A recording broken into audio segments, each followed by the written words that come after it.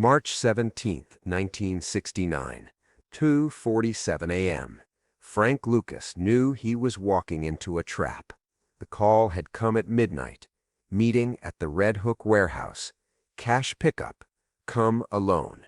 Nobody asked Frank to come alone unless they wanted him dead. Frank was 39 years old. He'd just returned from Thailand with 50 kilograms of pure heroin, the purest product New York had ever seen. He was selling it for half the price the Italian Mafia charged, and he was making a fortune. But fortunes make enemies, and Frank Lucas had just made the most dangerous enemies in America, the 5 families. When Frank pulled up to that warehouse in Brooklyn, he saw exactly what he expected. 8 cars parked outside. No workers, no security guards, just darkness and silence. He could have driven away, should have. Any rational man would have. But Frank Lucas didn't build an empire by being rational. He built it by being bold. He walked through that warehouse door knowing he might not walk back out. And what happened in the next hour would either end his life or cement his legend. To understand why the Mafia wanted Frank Lucas dead, you need to understand how the heroin trade worked in 1969. The Italian mob, specifically the Genovese, Gambino and Lucchese families, controlled the entire East Coast drug supply. They had connections in Sicily, in Marseille, in Turkey, the French connection. They bought morphine base, converted it to heroin, cut it multiple times and sold it through a network of dealers. By the time heroin hit the streets, it was maybe 10% pure. The rest was cut, lactose, quinine, strychnine. Didn't matter if it killed people. What mattered was profit. The system worked because the Mafia controlled every step. The supply chain, the distribution, the territory.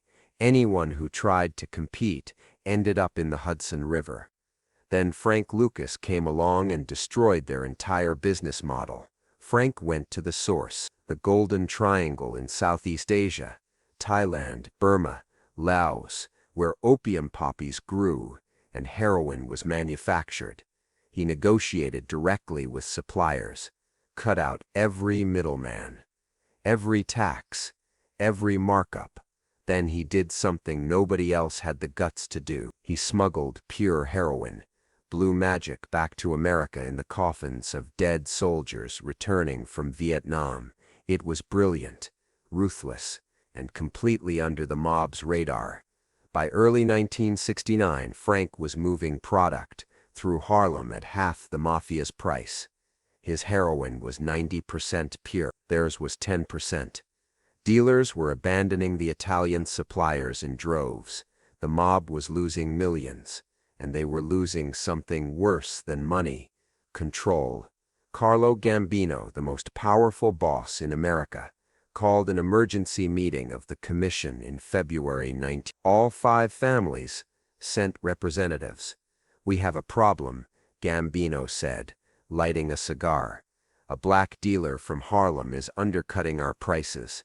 He's selling pure product while we're selling cut garbage. Our people are defecting to him. So we kill him," said Anthony, Fat Tony Salerno of the Genovese family. "Problem solved." "It's not that simple," replied Thomas Lucchese. "This Frank Lucas, he's not working with our suppliers. He's getting product from somewhere else. Somewhere we don't control." "Southeast Asia," said Gambino.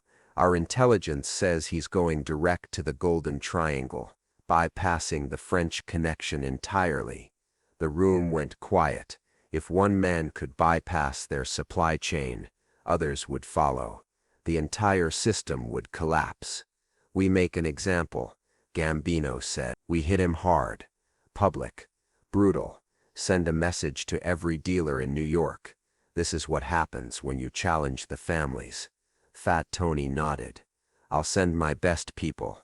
This Frank Lucas won't see his 40th birthday." The contract went to Vincent, Jimmy Smiles Rotonda. Jimmy was a made man in the Genovese family. He'd killed 17 people, always efficient, always clean, never left witnesses. For the Frank Lucas hit, Jimmy assembled a crew of 8, all experienced, all deadly. The plan was simple: lure Frank to a meeting, corner him in the warehouse, and eliminate him. Make it look like a robbery gone wrong. March 17th, St. Patrick's Day. The Irish cops would be drunk, response times would be slow. Perfect night for a hit. Jimmy made the call at midnight. Frank Lucas, we need to meet. You've been moving product through Red Hook. That's Genovese territory. We need to discuss payment. Frank knew immediately what this was, but he also knew refusing would make him look weak, would make him look afraid. What time? Frank asked. 3 a.m. Warehouse on Van Brunt Street. Bring cash. Come alone. I'll be there. Frank hung up and looked at his right-hand man, an enforcer named Doc. They're going to try to kill me tonight. Then don't go. If I don't go, they'll think I'm afraid. They'll hit me somewhere else. Somewhere I'm not expecting. At least this way, I know when and where. You want backup? Frank thought about it. No, if I bring people, they'll see it as aggression. This needs to be just me. But he pulled out a briefcase from under his desk. Get this to Nicky Barnes. Tell him if I'm not back by sunrise, he opens it. Inside that briefcase was documentation, receipts, names, connections, everything the DEA would need to dismantle the Genovese heroin operation. Frank's insurance policy. You think they'll really do it? Doc asked. I think they're desperate, Frank said, and desperate men make stupid decisions. 2:47 a.m. Frank Lucas pulled up to the Red Hook warehouse alone. The building was dark, silent.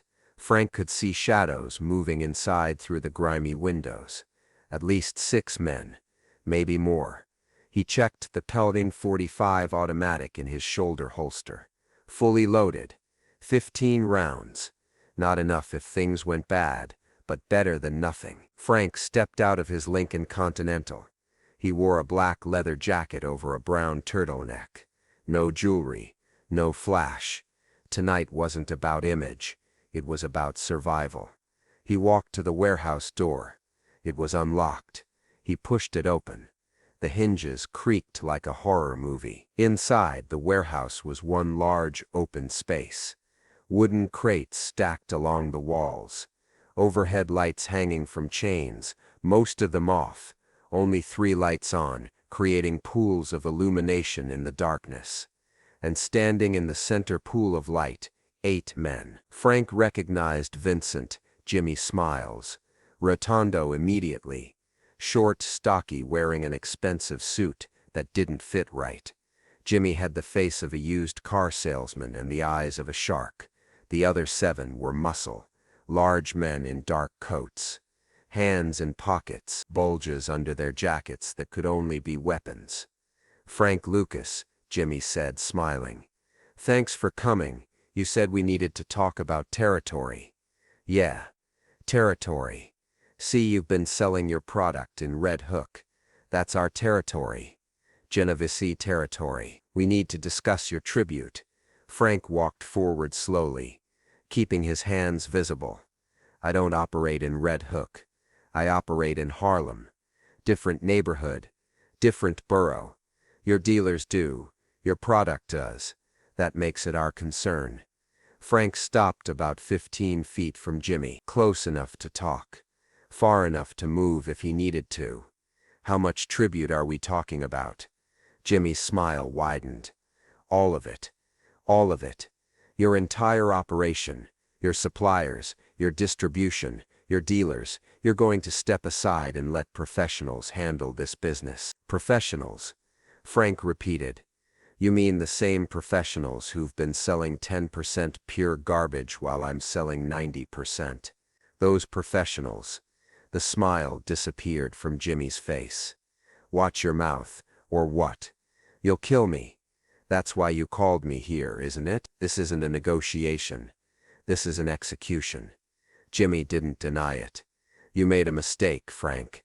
You thought because you're smart, because you cut out the middlemen, because you found a new supply route, that you could challenge us. But you can't. The families control this business. We control who lives and who dies, and you just died. Jimmy snapped his fingers. The 7 men around him pulled out weapons, pistols, revolvers, one sawed-off shotgun, all aimed at Frank Lucas. Frank didn't move, didn't reach for his gun, just stood there. Calm. Before you shoot me, Frank said quietly, you should know something. What's that? I didn't come alone. Jimmy laughed. Nice try. We've been watching this warehouse for 3 hours. Nobody else is here. Not here, Frank said. DA headquarters in Manhattan. Jimmy's smile faltered. What are you talking about? You think I'm stupid? You think I don't know how this works? You call me to a meeting. You try to kill me. You take over my operation. I've seen this movie before. Frank reached slowly into his jacket.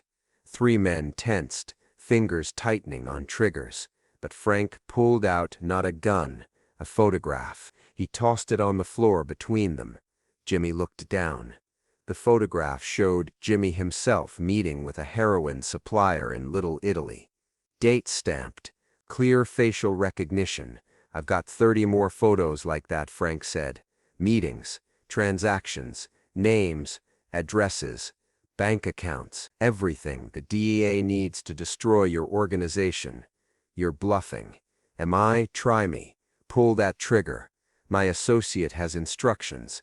If I'm not back by sunrise, he delivers a briefcase to the DEA. By noon tomorrow, every made man in the Genovese family will be under federal indictment. The warehouse went very quiet.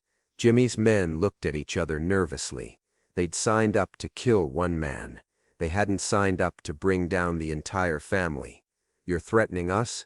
Jimmy's voice had lost its confidence. No, Frank said. I'm negotiating. See, you came here thinking you had all the power, thinking you could just eliminate me and take what's mine. But you forgot something important. I've been watching you just as long as you've been watching me. Frank took a step forward. I know about your supplier network. I know which cops you've paid off. I know which politicians are in your pocket. And if anything happens to me, all of that goes to the feds. Not as a deal, not as testimony, as evidence. Anonymous, untraceable, career-ending. Jimmy Smiles wasn't smiling anymore.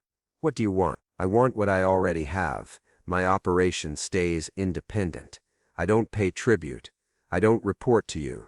I operate in Harlem and you operate everywhere else. We don't compete, we coexist. The families will never agree to that. Then the families can explain to their bosses why a black dealer from North Carolina managed to bring down their entire East Coast operation. Frank's voice hardened. Your choice, Jimmy. Peace or destruction. But you decide right now. For 30 seconds, nobody moved. 8 guns pointed at 1 man. 1 man standing there like he held all the cards. Finally, Jimmy lowered his weapon. Put your guns down. Boss, one of the men started. I said put them down. Slowly, reluctantly, the other 7 lowered their weapons. Frank didn't relax, didn't smile, just waited. You've got balls, Jimmy said quietly. I'll give you that. Coming here alone, threatening the Genovese family with federal charges. That takes either courage or stupidity. It's called survival, Frank said. You want my operation. You can't have it. You want to kill me. You can try, but it'll cost you everything. So the smart play, the only play, is we leave each other alone. Jimmy studied Frank for a long moment. Then he did something unexpected. He laughed. Not a cruel laugh, a genuine one. You know what? I believe you. I believe you've got those photos. I believe you'll burn us if we kill you. He shook his head. You're crazy, but you're smart. Dangerous combination. So we have a deal. We have a temporary understanding. I'll take this back to my bosses. If they agree, you operate independently. If they don't, Jimmy left the threat hanging. If they don't, you'll have bigger problems than me.